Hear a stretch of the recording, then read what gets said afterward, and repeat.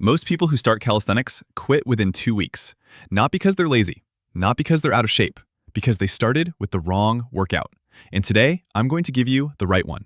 6 exercises, 0 equipment, and one of them, I'll tell you which one later, is the single movement that separates beginners who transform in 30 days from the ones who spin their wheels for 6 months. Stay with me. Let's go. Exercise 1, incline push-up. Let me ask you something.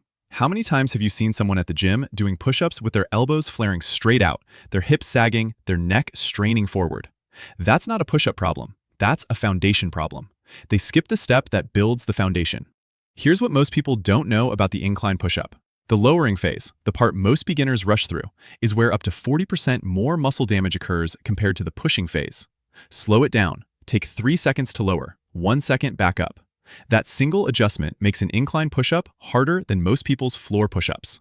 Find anything elevated: wall, counter, back of a couch.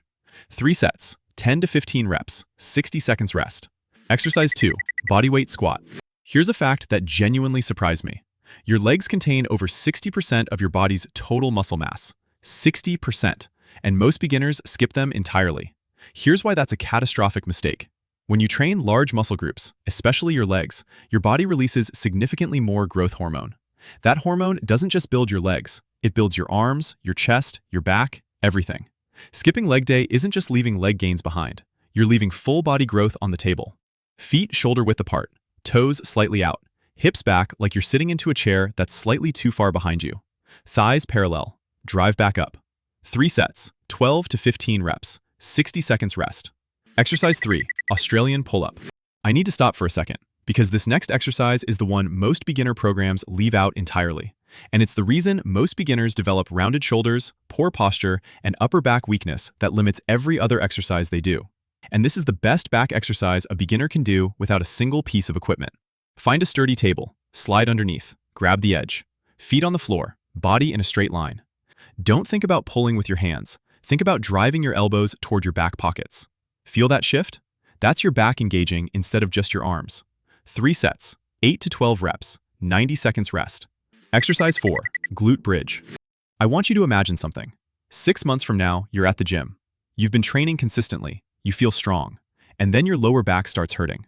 Not from an injury, not from lifting too heavy, from weakness, from the muscles that were supposed to protect your spine never being trained.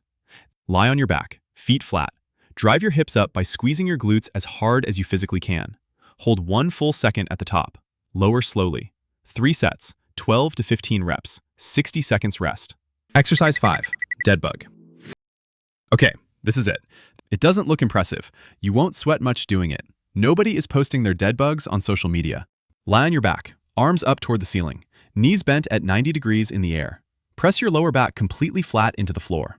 Now, slowly, lower your right arm overhead and extend your left leg toward the floor simultaneously. Return. Switch sides. 3 sets, 8 each side, 60 seconds rest. Exercise 6, reverse lunge. Last one. And before I walk you through it, I want you to do something. Close your eyes for 1 second. 30 days from now. You've done this workout 12 times. You've been consistent. You've been tracking your progress. You're walking upstairs and you're not winded. Your clothes fit differently. You catch a glimpse of yourself in a mirror and something has genuinely changed. Not dramatically, but differently. That version of you gets built with this exercise. Stand tall. Step 1 foot back. Lower your back knee toward the floor. Front shin stays vertical. Drive back up through your front foot. 3 sets, 8 to 10 each leg. 90 seconds rest. The plan. Here's how you put this together. 2 to 3 sessions per week. At least 1 full rest day between each session. Week 1 and 2, learn the movements. Form over everything. Don't chase reps. Week 3 and 4, push toward the top of every rep range. Leave 2 reps in the tank at the end of each set. Week 5 onward, introduce harder variations one at a time. 1 change per week, not everything at once. And write everything down. Every session, every exercise, every set, every rep. That's your evidence. That's how you know you're progressing. That's how beginners become athletes. You'll remember today as the day you finally stopped planning and started doing. Or you'll still be here, watching another video, telling yourself you'll start soon. Your future body is built by today's decision, not tomorrow's intention. Today. Drop start in the comments right now if you're doing session 1 today. I read every single one. Subscribe, because next week I'm releasing the exact 30-day progression map that takes this workout and turns it into an intermediate program. You don't want to be starting over when that drops. Let's get to work.